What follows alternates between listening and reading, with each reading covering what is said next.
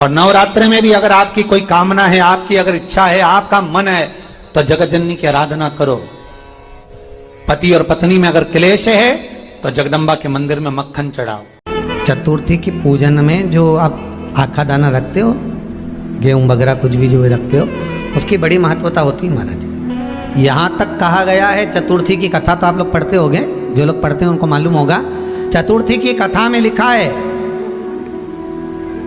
चौथ माता के व्रत में वर्णन किया गया है कि वो आखा दाना जो रखा जाता है, मान लो कोई जरूरी काम होता है तभी आखा दाना को रखा जाता है, संभाल के रखते हैं कि हम इस काम के लिए जा रहे हैं और हमारा ये कार्य सफल होना चाहिए।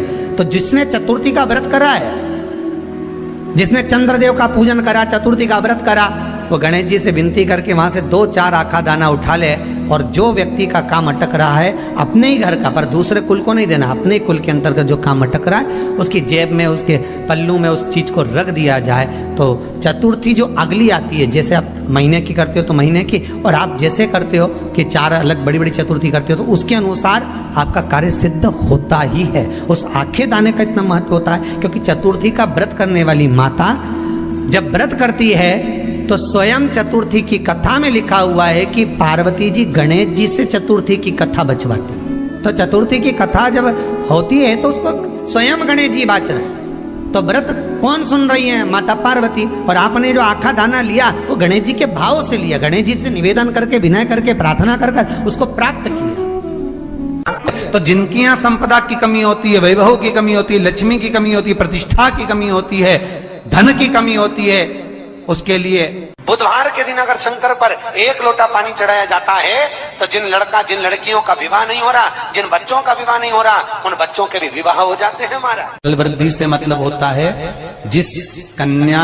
या वर का विवाह नहीं होता, 40 साल हो गए या 30 साल हो गए, या जब 28 के बाद में लड़का लड़की क्रॉस हो जाए कि 29 में, 30 में, 32 में, 34 में, 40 तक पहुंच गए और विवाह नहीं हो रहा है, तब बेलपत्री के जो पेड़ होता है, वृक्ष होता है, उस वृक्ष की जो डाली होती है, उस डाली के मनकों से जो माला बनती है, बाजार में भी मिल जाती है बेल की माला, उस माला को भगवान शंकर को समर्पित कर कर बेलपत्री के वृक्ष के नीचे बैठ कर भगवान शंकर का पंचाक्षर मंत्र का जाप करना है।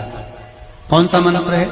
पंचाक्षर। पंचाक्षर मंत्र कल बताया था, नमः शिवाय। अगर रसोई घर से भोजन में तुलसी डलकर अगर ठाकुर जी के सामने वो थाली रखी तो ये पक्का है वो थाली ठाकुर जी नहीं जीमेंगे, क्योंकि उसमें तुलसी रखी हुई आई है। हाँ, जब ठाकुर जी के सामने थाली रखा गई और तुमने थाली रखने के बाद में मंदिर के सामने बैठ के फिर तुलसी डाली, तो ठाकुर जी उसको स्वीकार कर लेते हैं। क्यों? क्योंकि 33 करोड़ देवी देवता एक जगह पर विराजमान हैं। जब हम थाली रखते हैं, प्रथम देव उस भाग को ग्रहण कर ले। जब तक तुलसी डालते हैं, प्रथम देव अपनी दृष्टि हटा लेते हैं। समय होता है, एक टाइम होता है, एक पल होता है, एक घड़ी होती है कि गणेश जी महाराज हमारे घर में आ गए। गणेश जी की सबसे पहली जो आरती हो, उस आरती के समय पर अगर धूप बत्ती जलाई जाए या गोबरी को जलाकर उसमें गूगल छोड़ी जाए और गूगल छोड़ने के बाद गणेश जी का नाम ध्रुम वर्ण कह दिया जाए, तो गणेश जी को तुम्हारे घर की पूजा स्वीकार करना पड़ती है। बस वो समय हम जानते। हम तो बस उतना जानते हैं कि शिव महापुराण में लिखा और मुद्गल पुराण में लिखा, गणेश पुराण में लिखा, गणेश जी का एक नाम होता है ध्रुम वर्ण। क्या नाम है?